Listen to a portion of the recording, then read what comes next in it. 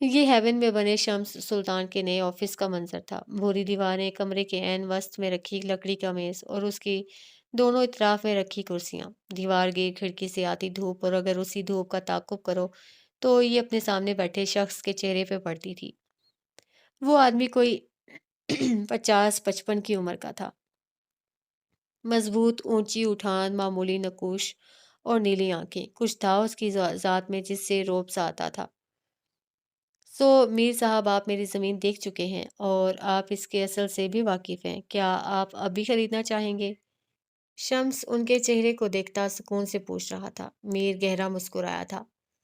شمس سلطان، میں میر وائز فرید ہوں اور میں 4 کاموں کے لیے جانا جاتا ہوں: پیسہ، طاقت، غیر قانونی کام، اور آخری کام آپ تب کرتے ہیں جب کوئی آپ کو زبان دے کر مکر جائے۔ لیکن یہاں کون مکر رہا ہے؟ شمس نے اس کے منہ سے بات اچک لی تھی۔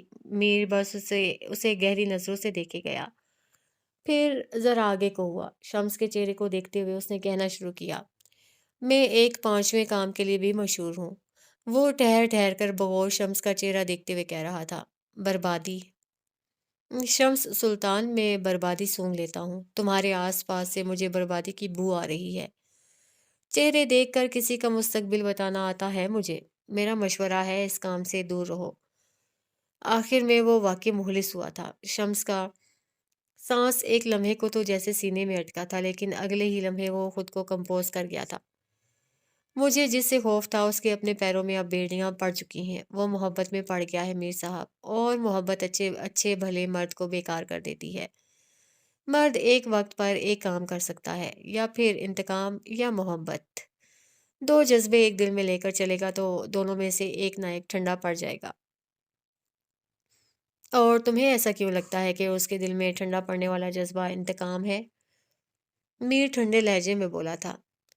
ہو سکتا ہے اس نے محبت کو تھپکی دے دی ہو، اور یہ بھی ہو سکتا ہے اس کی عورت بہادر ہو۔ جانتے ہو نا، مرد بہادر عورت سے محبت نہیں عشق کر لیتا ہے، اور عشق میں کھونے کا خوف نہیں رہتا۔ اس کا لہجہ اب بھی وارننگ دیتا ہوا تھا۔ شمس کھل کر ہنسا تھا۔ میر صاحب، اگر اسے انتقام لینا ہوتا تو وہ لے چکا ہوتا۔ اصل بات ہے کہ میں اسے زیادہ سوچنے لگا تھا، اور اب جب میں نے غور کیا ہے تو مجھے پتہ چل گیا ہے کہ وہ وکٹم نہیں ہے۔ میں اسے فرشتہ سمجھنے لگا تھا، لیکن وہ انسان نکلا، اور انسانوں سے خوف نہیں کھاتا میں۔ وہ اپنی بات مکمل کر کے آگے کو ہو بیٹھا۔ یہاں میری بربادی نہیں، کامیابی کی ڈیل ہو رہی ہے، سو آپ اس پہ دھیان دیں۔ نیلامی کے لیے کیا تاریخ فائنل کی جائے؟ وہ دونوں اب اصل موضوع کی طرف آ گئے تھے۔ آج 29 ستمبر ہے، 3 ماہ بعد رکھ لیں، کیا خیال ہے؟ تب تک سارے معاملات دب جائیں گے۔ شمس نے رائے پیش کی تھی۔ میر کو فرق نہیں پڑتا تھا زمین کس کی ہے، کیوں ہے، وہ بس خرید لیتا تھا۔ اور اس کے بعد کسی ماں کے بیٹے میں اتنی جرت نہیں ہوتی تھی کہ وہ بس زمین کا دعویٰ ہی کر سکے۔ وہ اب زمین کا رقبہ اور باقی کی ساری تفصیلات ڈسکس کر رہے تھے۔ بھوری دیواریں اپنی جگہ پہ کھڑی اس گھنونے کھیل کو دیکھتی رہیں۔ کاش دیواروں کے کان کے ساتھ ساتھ پیر بھی ہوتے۔ کچھ دیر قبل ملنے والا شوق اب یقین میں بدل چکا تھا۔ حالے سلطان کے سامنے اس کی ماں بیٹھی تھیں، سیاہ چکن کاری کے جوڑے میں ملبوس، بالوں کو سادہ سی چٹکیاں میں گوندھے۔ وہ بالکل معصوم دیسی ماؤں جیسی تھی۔ لڑکیوں کو ہر وقت لگتا ہے فلاں لڑکی خوبصورت ہے، فلاں پرکشش ہے، لیکن جب جب وہ اپنی ماؤں کو دیکھتی ہیں تو انہیں ساری دنیا کی خوبصورتی اس ایک چہرے میں نظر آنے لگتی ہے۔ لیکن حالے سلطان کے لیے وہ چہرہ اجنبی تھا۔ وہ بس میز کی سطح پہ نظر جمائے بیٹھی تھیں۔ اماں کے ساتھ کبھی ایسا تعلق رہا ہی نہیں تھا کہ دل کی بات کی جائے، راز کہے جائیں، یا پھر کم از کم گردن اٹھا کر ان کی آنکھوں میں ہی دیکھ لیا جائے۔ میں نے بھی اس دن یہی کیا تھا۔ انہوں نے کچھ دیر قبل کہی جانے والی اپنی بات دہرائی تو حالے نے چھمبے سے ان کو دیکھا۔ میں نے اپنے پہلے شوہر کو شادی کے اگلے دن ہی تھپڑ مارا تھا۔ یہ تھی میری طلاق کی وجہ۔ حالے دم بخود سی رہ گئی تھی۔ حسینہ اب بھی کہے گئی۔ اس نے مجھ پہ شادی کے پہلے دن ہاتھ اٹھایا تھا کیونکہ اسے میرا جوڑا پسند نہیں آیا تھا۔ میں ساری رات سوچتی رہی آخر اس میں میرا کیا قصور تھا۔ وہ اچھا آدمی تھا، رات میں ہی مجھ سے معافی مانگی اور میں نے معاف بھی کر دیا۔ وہ ایک لمحے کو رکی۔ اگلے دن مجھے اس کا جوڑا اچھا نہیں لگا اور میں نے بھی اسے تھپڑ دے مارا۔ ساتھ وہ ہنسی تھیں۔ ہے نا مضحکہ خیز بات؟ انہوں نے ہنستے ہوئے پوچھا تھا۔ حالے کچھ نہیں بولی۔ وہ بس گمسم سی انہیں دیکھے گئی۔ حسینہ کی ہنسی تھمی تو وہ ایک بار پھر گویا ہوئی۔ میں نے بھی اس سے معافی مانگی تھی لیکن وہ نہیں مانا اور ایک ہفتے بعد مجھے طلاق دے دی۔ مردوں کے معیار کئی بار دوہرے ہو جاتے ہیں۔ وہ عورت کو مارنے کو مردانگی اور اسی عورت سے مار کھانے کو بے غیرتی سمجھ لیتے ہیں۔ آپ یہ سب مجھے کیوں بتا رہی ہیں؟ حالے نے پہلو بدلا تھا۔ اس کی ماں اس کے ساتھ اتنے اچھے طریقے سے بات کر رہی تھی۔ یہ نیا تھا، عجیب تھا۔ وہ انکمفرٹیبل ہو رہی تھی۔ میں تمہیں یہ سب اس لیے بتا رہی ہوں کیونکہ ہر مرد ایک جیسا نہیں ہوتا۔ سفیر جیسے مردوں کے بیچ میں ایک عمر حیات بھی ہوتا ہے اور جب وہ مل جائے تو اس کی قدر کرنی چاہیے۔ تیسرے انسان کی باتوں میں آ کر تعلق خراب نہیں کرنا چاہیے۔ تم تیسرے کو تعلق سے نکال کیوں نہیں دیتی؟ وہ آخر میں جیسے بے بس ہوئی تھیں۔ حالے نے زخمی نظروں سے انہیں دیکھا، دل پہ جیسے خنجر سے چل گئے ہوں۔ وہ تیسرا انسان میری محرومی پوری کرتا ہے اماں، میری لالچ پوری کرتا ہے۔ وہ جو میری توجہ اور محبت کی بھوک ہے نا، اس کا پیٹ بھرتا ہے۔ میں نے ساری زندگی اس کے اشاروں پہ گزاری ہے اور کامیاب بھی ہوئی ہوں۔ جتنا وہ مجھے سمجھ سکتی ہے اور کوئی نہیں سمجھ سکتا۔ وہ اپنی ماں کی آنکھوں میں آنکھیں ڈالے کہی گئی۔ میں ایک کٹ پتلی جیسی ہوں جس کی ڈور کسی کے ہاتھ میں ہے۔ جب تک ڈور چلے گی تب تک تماشا چلے گا۔ ڈور ٹوٹ جائے تو کٹ پتلیاں سڑک پہ یا کسی کچرے کے ڈھیر پہ نظر آتی ہیں۔ آپ کیا چاہتی ہیں اماں؟ میں سڑک پر آ جاؤں یا پھر کچرے کے ڈھیر پر؟ اس کی آواز میں کوئی طنز نہیں تھا، حالے بس کہہ رہی تھی۔ حسینہ نے بس نرم نظروں سے اسے دیکھا تھا۔ حالے نے ایک بار پھر چہرہ موڑ لیا۔ اسے عادت نہیں تھی اس نرمی کی۔ بچے، کٹھ پتلی ہمیشہ سڑک پہ کچرے کا ڈھیر کی نظر نہیں ہوتی ہیں۔ کچھ ہوتی ہیں جنہیں قدردان مل جاتے ہیں اور وہ کئی سالوں تک اچھی حالت میں رہتی ہیں۔ بس فرق یہ ہے کہ کوئی اپنا بخت سمجھ لیتی ہے اور کوئی کچرے کا ڈھیر اپنا سمجھ لیتی ہے۔ ان کی بات پہ حالے چپ سی ہو گئی۔ کہنے کو کچھ نہیں تھا اس کے پاس۔ ویسے بھی اپنی ماں سے کرنے کو باتیں نہیں ہوا کرتی تھیں۔ اماں بس اس کی غلطیوں پہ سرزنش کرتی تھیں۔ حالے سن لیتی تھی، اس کے باہر کے کھانے پہ ٹوکتی تھیں۔ حالے دو ایک جواب دے دیتی تھی اور بس یہ تھا ان کا تعلق۔ کافی دیر کی ناراضی کے بعد حسینہ نے خود ہی کہنا شروع کیا تھا، مجھ سے ناراض ہونا؟ اب کہ وہ پشیمان تھی۔ جانتی ہوں میں نے تمہارے حق میں بہت کوتاہی کی ہے حالے، لیکن میں معافی مانگ رہی ہوں۔ تمہاری ماں تم سے شرمندہ ہے۔ پلیز مجھے معاف کر دو۔ میں اماں پلیز۔ حالے نے ان کی بات کاٹی تھی۔ آپ مجھے شرمندہ کر رہی ہیں، میری ماں ہیں آپ۔ مجھ سے اس طرح معافی مت مانگیں، کیوں میری آخرت خراب کرتی ہیں؟ وہ نرمی سے کہہ رہی تھی۔ حسینہ کی آنکھیں نم ہونے لگیں۔ میں آپ کو کس بات کے لیے معاف کروں؟ کیا تعلق ہے ہمارا؟ جب اس دن میں ساری رات گھر سے باہر رہ کر آئی تھی تب مجھے واپسی پہ آپ سے کوئی امید تھی ہی نہیں۔ ہمارے تعلق میں امید، محبت، ان چیزوں کی تو کبھی گنجائش ہی نہیں نکلی تھی۔ اس کا لہجہ دھیما تھا، بغیر کسی طنز کے تیر میں ڈوبا۔ حسینہ کو اپنے دل پہ چھریاں چلتی محسوس ہوئیں۔ آپ دیکھا تھا نا اس دن مجمع میں نے آپ ہی کو گلے لگایا تھا، آپ کو نہیں، یاد کریں۔ آپ نے مجھے آخری بار گلے کب لگایا تھا؟ وہ بے تاثر لہجے میں بولی تھی اور سچ تھا کہ حسینہ کو وہ آخری دفعہ یاد نہیں تھا۔ آپ نے کبھی مجھے اپنے قریب نہیں کیا اماں، آپ کبھی میری ماں بنی ہی نہیں۔ تم بیٹی بن سکتی تھی حالے، تم کہہ سکتی تھی تمہیں میری ضرورت ہے۔ وہ گیلی آواز میں شکوہ کر گئی۔ حالے نے سادگی سے گردن جھٹکی تھی۔ میں سلطان تھی اماں، مجھے بھرم رکھنے آتے تھے۔ آپ مجھے نہیں جانتی لیکن کچھ ہے جو میں آپ کو بتانا چاہتی ہوں۔ میرے نزدیک میرے لوگوں کی بے حد اہمیت ہے، لیکن میں کبھی بھی کسی کے پیچھے نہیں بھاگتی، چاہے میرا دل اس کے لیے روئے چیخے، لیکن میں اسے کبھی نہیں بتاؤں گی۔ میں کیوں بتاؤں؟ کیا اسے نظر نہیں آتا؟ اور اگر نظر نہیں آتا تو میں اس سے بڑی اندھی بن جاؤں گی۔ آپ ماں تھیں اور میں بیٹی۔ ہمارا تعلق آپ نے جوڑے رکھنا تھا، نہیں جوڑ سکیں۔ وہ ایک پل کو رکی، سیاہ آنکھیں اٹھا کر اپنی ماں کو دیکھا۔ تعلق سڑ گیا اماں، اب مجھے آپ کی اور آپ کو میری ضرورت نہیں ہے۔ مجھ سے معافی مانگ کر مجھے گنہگار نہ کریں۔ معافی وہاں مانگی جاتی ہے جہاں کوئی تعلق ہو، اور تعلق سے جڑی امیدیں، ہم دونوں کو ایک دوسرے سے کوئی امید نہیں ہے۔ وہ نرمی سے کہتے ہوئے اٹھی۔ حسینہ گردن جھکائے بیٹھی رہیں۔ حالے کے دل کو کچھ ہوا تھا لیکن وہ ڈھیٹ بنی رہی۔ بیٹی کے کیفے پہلی بار آئی ہیں، میں آپ کے لیے کافی بنا کر لاتی ہوں۔ وہ کہتے ہوئے راہداری میں مڑ گئی تھی۔ آنکھیں اب نم ہوئی تھیں جنہیں وہ بے دردی سے رگڑ گئی تھی۔ وہ کچن میں آئی لیکن کافی نہیں بنائی، 2 منٹ وہیں پہ کھڑی رہی، پھر باہر نکل آئی۔ اب حسینہ والی میز خالی تھی، وہ کافی کے لیے بھی نہیں رکی تھیں۔ حالے ٹھیک ہی تو کہتی تھی، ان دونوں کو ایک دوسرے سے امیدیں نہیں تھیں۔